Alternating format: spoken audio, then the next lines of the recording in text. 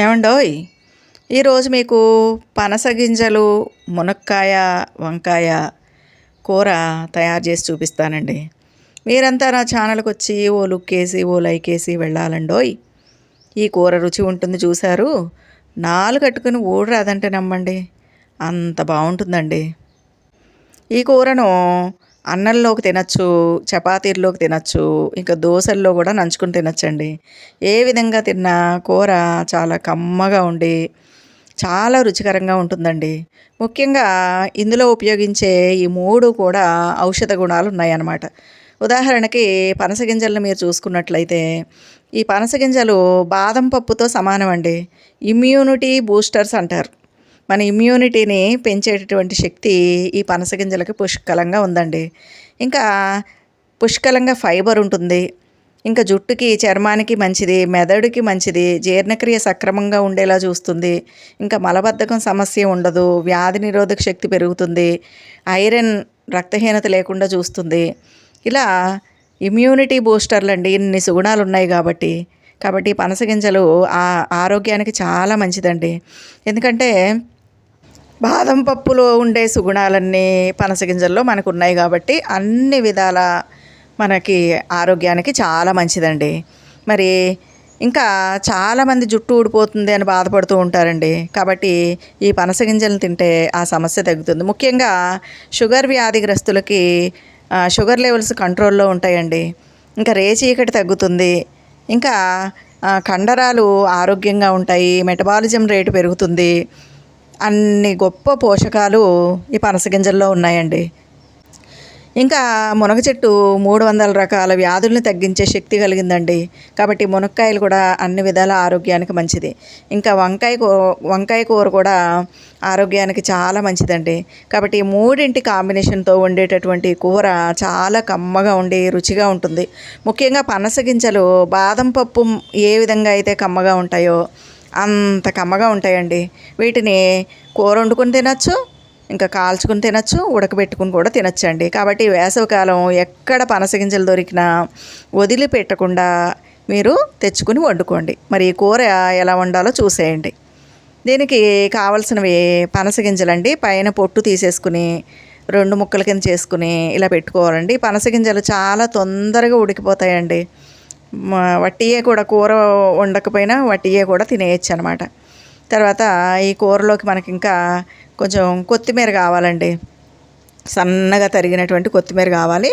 ఇంకా పచ్చిమిర్చి, ఇంకా ములక్కాయలు, ఉల్లిపాయలండి. ఇంకా ఉప్పు, కారం, మసాలా, అల్లం వెల్లుల్లి పేస్టు, వంకాయలు, ఇవన్నీ మామూలే కదండి.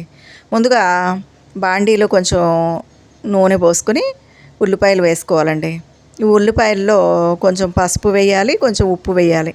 వేసి చక్కగా ఉల్లిపాయలు బాగా మగ్గేలాగా మగ్గనివ్వాలండి. కొంచెం చిన్న మంట పెట్టి మూత పెడితే ఉల్లిపాయలు చక్కగా మగ్గిపోతాయండి. సరిపడా ఆయిల్ కూడా పోసుకోండి. ఉప్పు వేయడం వల్ల ఉల్లిపాయలు తొందరగా మగ్గుతాయండి. ఈ విధంగా ఒక 2-3 సార్లు మనం కలిపేసి మూత పెట్టేసి చక్కగా చిన్న మంట మీద పెట్టామంటే కాసేపటికి ఈ విధంగా పూర్తిగా మగ్గిపోతాయండి. ఇప్పుడు దీంట్లో మనం అల్లం వెల్లుల్లి పేస్ట్ వేసుకోవాలన్నమాట. ఎందుకంటే అల్లం వెల్లుల్లి పేస్ట్ కూడా పచ్చి వాసన లేకుండా వేయించుకోవాలండి. అల్లం వెల్లుల్లి పేస్ట్ కనుక వేగకపోతే కూర అంతా అల్లం వెల్లుల్లి పేస్ట్ వాసనే వస్తుంది, రుచిగా ఉండదండి. కాబట్టి ఆ పేస్ట్ వేగేంత వరకు చక్కగా వేయించుకోండి. ఇంకా నేను పచ్చిమిర్చి వేయడం మర్చిపోయానండి. పచ్చిమిర్చి కూడా ముందే వేసేసుకోవాలి. అల్లం ఉల్లిపాయలు వేసినప్పుడే పచ్చిమిరపకాయలు కూడా వేసేసుకోవాలి. నేను ఇప్పుడు మిగిలినవన్నీ వేసుకోవాలండి.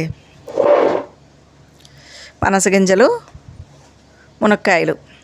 ఈ మునక్కాయ కూర ఎప్పుడు వండినా కానీ ఉల్లిపాయలు వేగిన తర్వాత మునక్కాయలు వేసి కాసేపు మగ్గనివ్వాలండి, వేగనివ్వాలి. అప్పుడు ఆ పసరు వాసన పోతుందనమాట. అలా కాకుండా మామూలుగా వండేసారనుకోండి, మునక్కాయలు ఒక రకమైన స్మెల్ వస్తాయి, బాగుంటుందండి.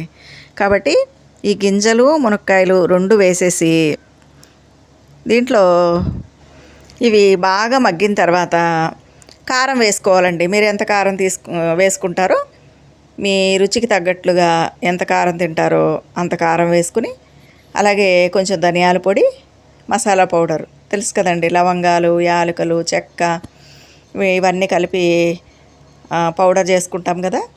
ఆ మసాలా పౌడరు, ఒక చెంచా ధనియాల పొడి వేసేసుకుని నీళ్లు పోసుకోవాలండి. ఇక్కడ మునక్కాయ ఉడకాలి, ఈ గింజలు ఉడకాలి, ఆ ఉల్లిపాయ ఉడకాలి కాబట్టి ఈ 3 వేసి ఎప్పుడైనా సరే నీళ్లు పోసిన తర్వాత హై ఫ్లేమ్ పెట్టి ఆ నీళ్లు కొత్త కొత్త ఉడికేటప్పుడు అప్పుడు మనం మీడియం ఫ్లేమ్లోకి మార్చుకోవాలండి. మార్చుకుని ఈ విధంగా మూత పెట్టుకోవాలి. చూసారు కదా, కాసేపు అయిన తర్వాత ఉడికిన తర్వాత ఈ గింజ ఉడికిందో లేదో చూసుకోవాలండి. ఉడికింది కాబట్టి ఇప్పుడు మనం మునక్కాయ ఉడికిపోయింది, గింజలు ఉడికిపోయాయి కాబట్టి చివర్లో వంకాయ ముక్కలు వేసుకోవాలండి. ఒకవేళ ముందే మనం వంకాయ వేసేసామనుకోండి, వంకాయ ఉడికిపోతుంది, ఈ గింజలు ఉడకడం లేట్ అయిపోతుంది. అందుకని అవి ఉడికిపోయిన తర్వాత లాస్ట్లో ఇవి వేసుకోవాలి. కొత్తిమీర కూడా వేసేసుకోవాలి. కొత్తిమీర చాలామంది కూర అంతా అయిపోయాక పైన వేస్తారండి, కానీ కూర ఉడికేటప్పుడు వేస్తే చక్కగా ఆ పోషకాలన్నీ కూరకు పడతాయి, కూర మంచి రుచికరంగా ఉంటుందండి. అందుకని ఉడికేటప్పుడే కొత్తిమీర కూడా వేసేసుకోవాలి. కాసేపు ఉడకనివ్వాలండి. చూసారు కదా, ఉడికిపోయిందండి కూర మొత్తం. కొంచెం నీరు ఎగిరే వరకు ఉంచేసుకుని ఇంకా స్టవ్ ఆఫ్ చేసుకుంటే కూర రెడీ అయిపోయినట్టేనండి.